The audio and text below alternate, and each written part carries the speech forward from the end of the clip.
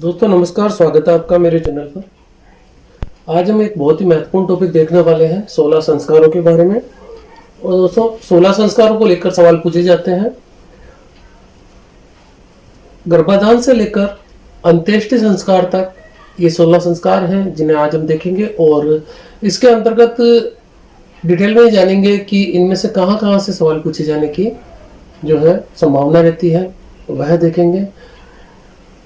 एक एक संस्कार के बारे में हम जानेंगे कि किस संस्कार में क्या क्या प्रमुख बातें थी। तो शुरू करते हैं। पहला संस्कार हम देखें तो गर्भाधान, दूसरा पुंसवन, तीसरा सीमंतोन्नयन, जातकर्म, नामकरण, निष्क्रमण, अन्नप्राशन, चूड़ाकर्म, कर्णवेद, विद्यारंभ, उपनयन, वेदारंभ, केशांत, समावर्तन, विवाह संस्कार और लास्ट में है अंत्येष्टि संस्कार। दोस्तों संस्कारों की जो व्यवस्था है वह व्यक्ति के शरीर को पवित्र बनाने के उद्देश्य से की गई है, ताकि वह जो है व्यक्तिगत और सामाजिक विकास के लिए उपयुक्त बन सके। ऋग्वेद में जो है दोस्तों विवाह संस्कार, गर्भाधान और अंत्येष्टि, इन तीन संस्कारों का उल्लेख मिलता है। पूछा जा सकता है कि ऋग्वेद में जो है कितने संस्कारों का उल्लेख मिलता है, तो 3 संस्कार, गर्भाधान, विवाह संस्कार और अंत्येष्टि संस्कारों का उल्लेख मिलता है। और अगर वास्तविक रूप से हम देखें तो 16 संस्कारों का जो सर्वप्रथम विधान जो है व्यवस्था वह सूत्र साहित्य में मिलती है, और सूत्र साहित्यों के अंतर्गत भी विशेषतः ग्रह सूत्रों में मिलती है। अब देखते हैं एक संस्कार। तो गर्भाधान संस्कार की बात करते हैं, इसको निषेक संस्कार भी कहा गया है, और यह जो था दोस्तों प्रथम संस्कार और महत्वपूर्ण संस्कार था। इसमें जो है व्यक्ति अपनी पत्नी के गर्भ में बीज स्थापित करता था। दूसरा संस्कार देखते हैं पुंसवन संस्कार। यह क्या होता था, तो दोस्तों गर्भाधान करने के तीसरे महीने पुत्र प्राप्ति के लिए यह संस्कार संपन्न किया जाता था। और पुंसवन का जो अर्थ अगर हम यहाँ देखें तो इसका मतलब होता है कि वह अनुष्ठान जिससे कि पुत्र की प्राप्ति हो सके। तीसरा संस्कार सीमंतोन्नयन संस्कार है। इसमें क्या होता था, यह गर्भाधान से जो है गर्भाधान के चौथे से 8वें महीने में संस्कार किया जाता था सीमंतोन्नयन। तो इसके द्वारा जो है दुष्ट शक्तियों और बाधाओं से गर्भवती स्त्री की रक्षा के उपाय किए जाते थे इस संस्कार द्वारा। दोस्तों ये जो 3 संस्कार है गर्भाधान, पुंसवन और सीमंतोन्नयन, ये तीनों जो है जन्म से पूर्व के हैं। जन्म से पूर्व पूछा जाता है कि कौन से संस्कार जन्म से पूर्व है, तो गर्भाधान, पुंसवन और सीमंतोन्नयन। चौथा संस्कार देखते हैं जातकर्म। यह क्या होता था, तो शिशु का जब जन्म होता था उस समय यह संस्कार किया जाता था। जन्म के समय शिशु के जन्म के समय संस्कार किया जाता था। इसमें जो है बच्चे को जो नाभि काटते हैं या नाभि छेदन करते हैं, इससे पूर्व ही इसको संपन्न किया जाता था। इसमें इसके अलावा जो बच्चे को शहद चटाया जाता था, उसके बाद प्रथम बार माता द्वारा उसको स्तनपान कराया जाता था। इसके बाद देखते हैं नामकरण संस्कार। तो बच्चे के जन्म के 10वें या 12वें दिन नामकरण संस्कार होता था। अगला जो है निष्क्रमण संस्कार। निष्क्रमण संस्कार जो है दोस्तों वह बच्चे के जन्म के 3 या 4 माह में संपन्न किया जाता था। इसमें बच्चे को प्रथम बार घर से बाहर निकालकर सूर्य के दर्शन करवाए जाते थे। अगला संस्कार है अन्नप्राशन। इसमें यह संस्कार जो है बच्चे के जन्म से 6ठे माह में संपन्न किया जाता था। इसमें क्या होता था, तो प्रथम बार जो है बच्चे को पका हुआ अन्न, दूध व चावल खिलाया जाता था। अगला देखते हैं चूड़ाकर्म संस्कार। इसको मुंडन संस्कार भी कहा गया है। बच्चे के जन्म के प्रथम वर्ष की समाप्ति या हम देखें तो 3रे वर्ष की समाप्ति से पहले जब प्रथम बार उसके बाल काटे जाते थे, उस समय यह संस्कार संपन्न होता था। अगला संस्कार है कर्णवेद। यह संस्कार जो है कर्णवेद संस्कार, यह बच्चे के जन्म के 8वें महीने से 5वें वर्ष के मध्य, 8 से 8वें महीने से 5वें वर्ष के मध्य जो है बीच में संस्कार संपन्न किया जाता था। इस संस्कार में क्या होता था, बालक का जो है कान छेद कर उसमें बाली या कुंडल पहना दिया जाता था। अगला संस्कार है विद्यारंभ संस्कार। बच्चे के जन्म से 5वें वर्ष यह संस्कार संपन्न किया जाता था। यानी जब बच्चे का मस्तिष्क जो है, दिमाग जो है शिक्षा ग्रहण करने के योग्य हो जाता था, तब शुभ मुहूर्त निकालकर यह संस्कार किया जाता था।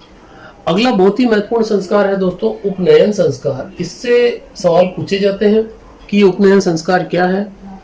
पहले देखते हैं जी, उपनयन संस्कार जो है इसका सर्वप्रथम उल्लेख किसमें मिलता है? तो सर्वप्रथम उल्लेख इसका अथर्ववेद में मिलता है। अथर्ववेद में इसका सबसे पहले उल्लेख मिलता है। उसके बाद में जो है शतपथ ब्राह्मण में इसका उल्लेख मिलता है। तो दोनों में इसका उल्लेख मिलता है, अथर्ववेद और शतपथ ब्राह्मण में। प्राचीन जो संस्कार हैं ये हम देख रहे हैं, इनमें इस संस्कार का बहुत ही अधिक महत्व था, अधिक महत्वपूर्ण यह संस्कार था। इस उपनयन का अर्थ अगर आप देखें तो बच्चा जो होता है या बालक हम कहें तो उसको शिक्षा के लिए गुरु के पास ले जाना। पूछा जाता है उपनयन का अर्थ क्या है, तो बालक को शिक्षा के लिए गुरु के पास ले जाना ही उपनयन कहलाता है। उपनयन संस्कार जो था उस समय केवल द्विज यानी ब्राह्मण, क्षत्रिय और वैश्य इनके लिए किया जाता था, जिनका की जो है दोस्तों इस संस्कार के बाद दूसरा जन्म माना जाता। द्विज का अर्थ होता है दूसरा जन्म। इसी संस्कार के अंतर्गत बालक के कमर में 3 धागों की एक जनेऊ बांधी जाती थी और इसी को जो है यज्ञोपवीत संस्कार माना जाता है। ये 3 धागे जो होते थे वो सत्व, रज और तम गुणों के प्रतीक थे। गुरु द्वारा क्या किया जाता था दोस्तों, इसमें बालक को गायत्री मंत्र जो होता था उसका ज्ञान कराया जाता था और उसके बाद बालक का दूसरा जन्म माना जाता था। इसी संस्कार के बाद में यानी उपनयन संस्कार के बाद में व्यक्ति को यज्ञों के संपादन का अधिकार मिलता था और वह आर्य कहलाने का अधिकारी था। दोस्तों इसी उपनयन संस्कार के अंतर्गत अलग अलग जो वर्णों के लिए अलग अलग आयु और ऋतुएं बताई गई है और अलग अलग यज्ञोपवीत बताए गए हैं कि किससे बने होंगे, वह देखते हैं। इंपॉर्टेंट सवाल है, पूछा जाता है कई बार, यूजीसी नेट वगैरह मिलान में आता है। तो उपनयन संस्कार जो है दोस्तों इसमें ब्राह्मण, क्षत्रिय और वैश्यों के लिए क्या क्या आयु बताई गई है। तो ब्राह्मण के लिए जो बताई गई वो 8 निम्नतम आयु और 16 वर्ष जो है अधिकतम आयु बताई गई है। क्षत्रिय की बात करें तो क्षत्रिय के लिए जो है दोस्तों 11 निम्नतम और 22 वर्ष जो है अधिकतम आयु बताई गई है। वैश्य के लिए 12 निम्नतम और 24 वर्ष अधिकतम आयु बताई गई है। यानी ब्राह्मण के लिए 8 से 16, क्षत्रिय के लिए 11 और 22 अधिकतम, 11 निम्नतम। वैश्य के लिए 12 निम्नतम और 24 जो है अधिकतम आयु बताई गई। 3 अलग अलग ऋतुओं में यज्ञोपवीत संस्कार धारण करने का बताया गया समय। तो ब्राह्मणों को वसंत ऋतु में धारण करना चाहिए, ये मिलान में पूछा जाता है। क्षत्रिय को ग्रीष्म ऋतु में और वैश्य को जो है पतझड़ या हम कहें शीत ऋतु में धारण करना चाहिए। यज्ञोपवीत की बात करें तो ब्राह्मण के लिए कपास की बनी हुई, क्षत्रिय के लिए ऊन की और वैश्य के लिए सन की। ये 3 प्रकार की यज्ञोपवीत बताई गई है। तो एक उपनयन संस्कार जो है महत्वपूर्ण संस्कार था।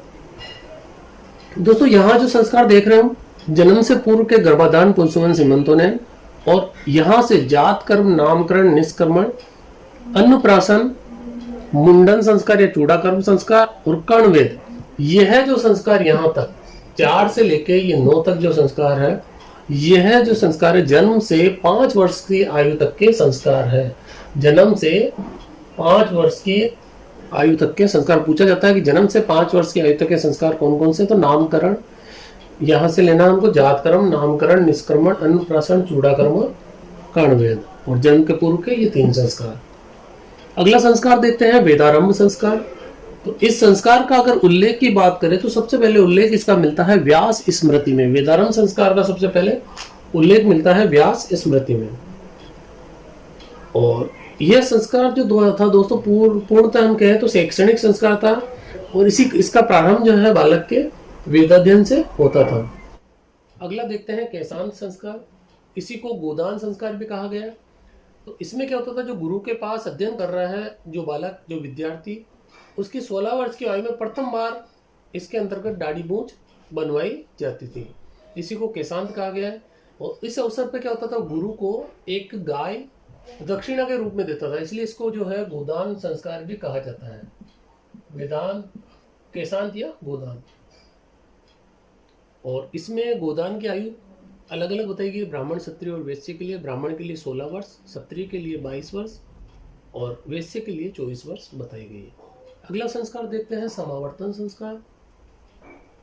तो दोस्तों, जब गुरु के पास विद्यार्थी शिक्षा ग्रहण करता था तो उसकी शिक्षा की समाप्ति के बाद वह बालक जब घर लौटता था उस समय यह समावर्तन संस्कार संपन्न होता था।